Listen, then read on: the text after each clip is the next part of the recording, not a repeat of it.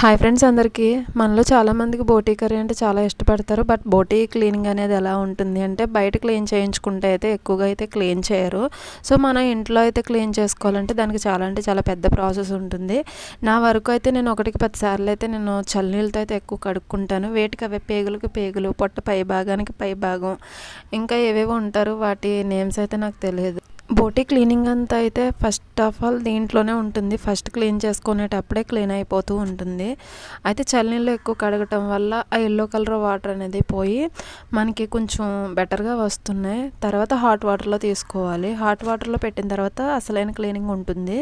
So first of all అయితే మీరు ఇలా చల్లనీళ్ళు అయితే 1 బై 1 కింద పేగులకు పేగులు, పొట్టకు పొట్ట ఇలా క్లీన్ చేసేసుకుని సపరేట్ బౌల్స్లో అయితే పెట్టేసుకుని మన క్లీన్ అయినట్టు చిన్న చిన్న ముక్కల కింద కట్ చేసేసుకుని పక్కన పెట్టేసుకున్నాక, నాకైతే పేగుల ప్రాసెస్ అనేది ఎలా ఉంటుంది అంటే ఫస్ట్ ఆఫ్ ఆల్ నేను పై పేగు భాగాన్ని క్లీన్ చేసిన తర్వాత నేను చీపురు పుల్లతో చేసుకుంటాను.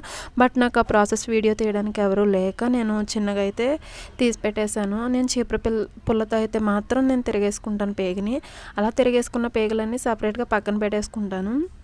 నెక్స్ట్ అయితే పొట్ట భాగం వచ్చేసరికి అయితే బాగా క్లీన్ చేసిన తర్వాత హాట్ వాటర్ అనేది తీసుకుని జస్ట్ అలా సిప్ చేసి తీసి అలా క్లీన్ చేసేసరికి అయిపోతుంది, వచ్చేస్తుంది. చాలా అంటే చాలా సింపుల్గా వచ్చేస్తుంది. ఇది కూడా మనం ఫస్ట్ ఆఫ్ ఆల్ ముక్కల కింద కోసుకుని పక్కన పెట్టేసుకుంటే వెంటనే అయిపోతుంది. దీని ప్రాసెస్ కూడా మనకి ఎక్కువసేపు ఇబ్బంది కూడా ఉండదు. ఇలా చేయడం వల్ల మనకి వెంటనే బోటీ అనేది రెడీ అయిపోతుంది. సో ఫ్రెండ్స్, పొట్ట భాగం మనం చల్లనీళ్ళు కడిగిన తర్వాత హాట్ వాటర్ అయితే తీసుకుని మనం జస్ట్ అలా ముంచి అలా అని చెప్పి అన్నీ ఒకసారి వేయకూడదు.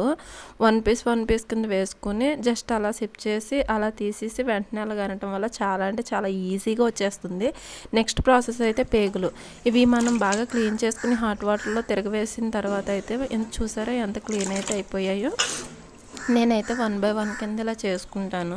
అలా అని చెప్పేసి వాటర్లో పెట్టేసి హాట్ వాటర్లో ఉంచేస్తే కనుక దాన్ని ఉన్న ఎల్లో అంతా అలానే ఉండిపోయి క్లీన్ అయినట్టు కూడా అనిపించవు.